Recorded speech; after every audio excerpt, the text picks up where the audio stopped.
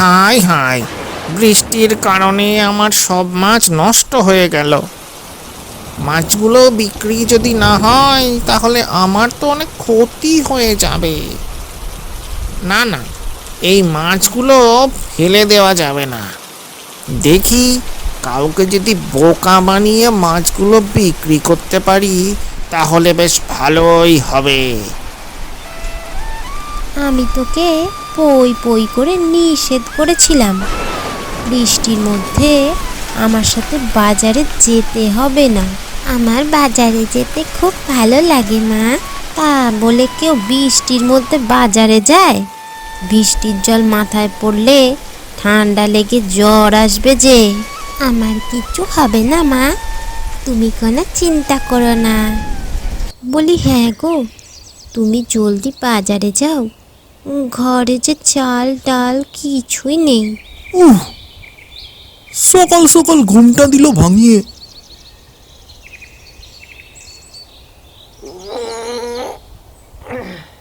চাল নেই ডাল নেই তো আমি কি করব? আমি ভাই বাজারে যেতে পারবো না। সে কি কথা, তুমি বাজারে না গেলে আমি রান্না চাপাবো কেমন করে? সেটা আমি কিভাবে বলবো বলো তো? যাও না, কোনো প্রতিবেশী বাড়ি থেকে চাল ডাল নিয়ে আসো। প্রতিবেশীরা কেউ চাল ডাল দেবে না বলেছে। রোজ রোজ ধার করে কি সংসার চালানো যায়? তুমি দিনের পর দিন ঘরে ঘুমিয়ে কাটাবে, আর পাড়া প্রতিবেশী আমাদের সংসার চালাবে। এই, মুখ সামলে কথা বলবি বলে দিলাম। যত বড় মুখ নয় তত বড় কথা। তা কি করবে কি তুমি? এত মেজাজ দেখাচ্ছ যে বড়। দেখবি কি করব, দেখবি ঘর থেকে দূর করে দেব। তো দাও না, কে থাকতে চায় তোমার মতো মানুষের সাথে?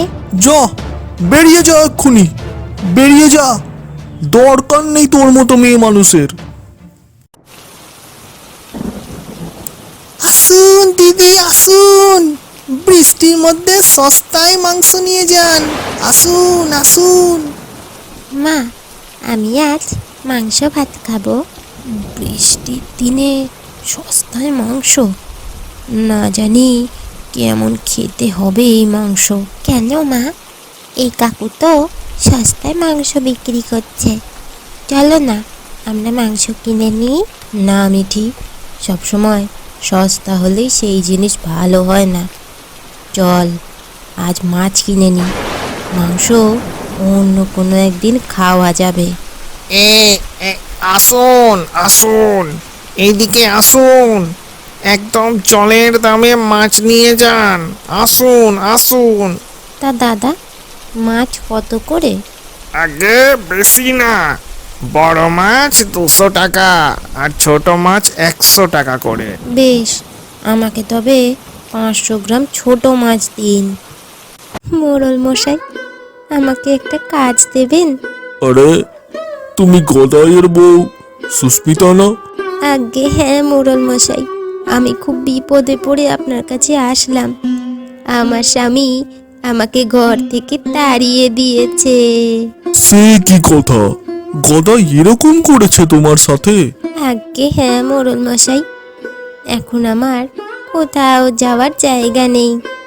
দয়া করে আমাকে একটা কাজের ব্যবস্থা করে দিন। আরে, তুমি গদাইয়ের বউ না? হ্যাঁ গিন্নিমা। দেখো না গিন্নি, ওই গদাই বউটাকে ঘর থেকে বের করে দিয়েছে, এখনো আমার কাছে এসেছে সাহায্য চাইতে। সে কি, গদাইয়ের এত অধঃপতন হয়েছে? তুমি এসো, ভিতরে এসো। আর যতদিন না পর্যন্ত গদাই নিজের ভুল স্বীকার করছে ততদিন তুমি এখানে থাকতে পারো। গিন্নি, এমনিতেও তো আমাদের একজন রান্নার লোকের প্রয়োজন ছিল। সুস্মিতা না হয় রান্নার কাজটাই করবে।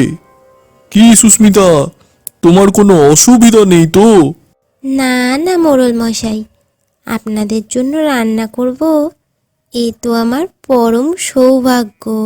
মা, ও মা, রোজ তো আমরা মাছ ভাত খাই, একদিন তো মাংস খেতে ইচ্ছে হয় বলো?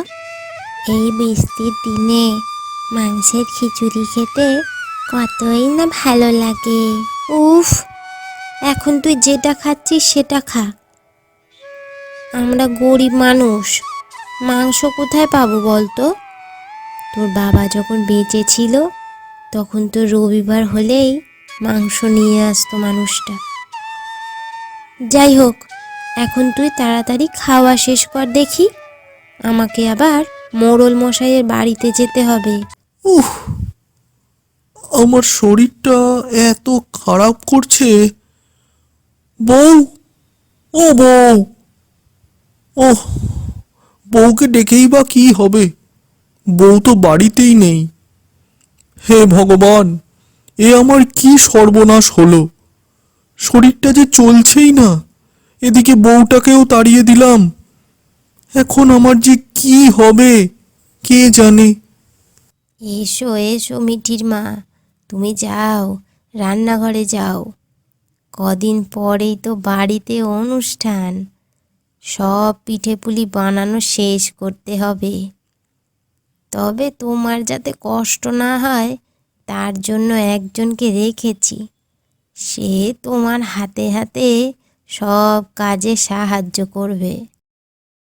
আরে, তুমি গদাই দাদার বউ সুস্মিতা না? হ্যাঁ গো, তা তুমি কবে থেকে মোড়ল মশাইয়ের বাড়িতে রান্নার কাজে লাগলে? আর বলো না গো, আমার বর আমাকে বাড়ি থেকে বের করে দিয়েছে। সে নিজে কোনো কাজ করবে না, ধার দেনা করে আর কতদিন সংসার চলে বলো তো দিদি? এই দেখো, তোমাকে দিদি বলে ফেললাম। তাতে কি হয়েছে, আমি তো তোমার দিদির মতোই।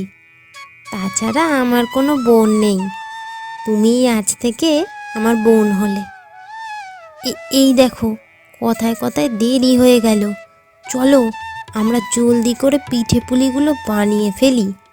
পরশু তো পিঠেপুলি উৎসব, তার আগেই আমাদের সব পিঠেপুলি বানানো শেষ করে ফেলতে হবে।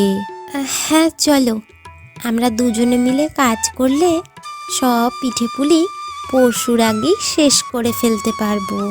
মা, ও মা, আজ এত দেরি হলো কেন তোমার ফিরতে? আমি সেই কখন থেকে বসে আছি তোমার অপেক্ষায়। জানি রে মা, তোর খুব খিদে পেয়েছে, আমি এখুনি গরম ভাত বসাচ্ছি তোর জন্য। না না মা, তোমাকে এত তাড়াহুড়ো করতে হবে না। পাশের বাড়ির কাকিমা আমাকে ঝোলা গুড় আর রুটি খেতে দিয়েছিল, আমি খেয়েছি, আমার পেট ভরাই আছে। আচ্ছা বেশ, আমি তাহলে একটু রাতের দিকে ভাত বসাবো। বললে না তো মা, তোমার আজ মোড়ল মশাইয়ের বাড়ি থেকে ফিরতে এত দেরি হলো কেন? আজ তোর এক মাসির সাথে দেখা হয়েছিল। মাসি? কিন্তু আমার তো কোনো মাসি আছে বলে মনে পড়ছে না। হ্যাঁ, এই মাসিকে তুই আগে কখনো দেখিসনি। মা, এই নতুন মাসিকে তুমি কোথায় খুঁজে পেলে? মোড়ল মশাইয়ের বাড়িতে। মা, আমিও দেখতে চাই এই নতুন মাসিকে। বেশ তো, পরশু মোড়ল মশাইয়ের বাড়িতে পিঠেপুলি উৎসব আছে, সেই দিন তোর নতুন মাসির সাথে তোর পরিচয় করিয়ে দেব, কেমন? কি মজা, কি মজা, আমি নতুন মাসিকে দেখবো, কি মজা। কিরে, তোদের কাজ কত দূর? পিঠে পুলি পাটিসাপটা সব তৈরি তো?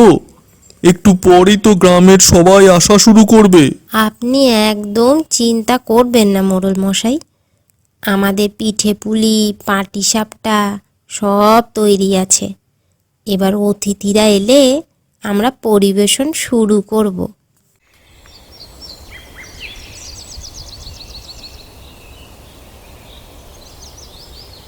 মোড়ল মশাই, আমি খুব বিপদে পড়ে আপনার কাছে এসেছি। এ কি গদাই, তুই এখানে? আজ একটা খুশির দিন, তুই কেন এসেছিস এখানে? আমাকে ক্ষমা করে দিন মোড়ল মশাই, আমি জানি আমি আমার স্ত্রীর সাথে অনেক অন্যায় করেছি। আমি মদ খাওয়া ছেড়ে দিয়েছি।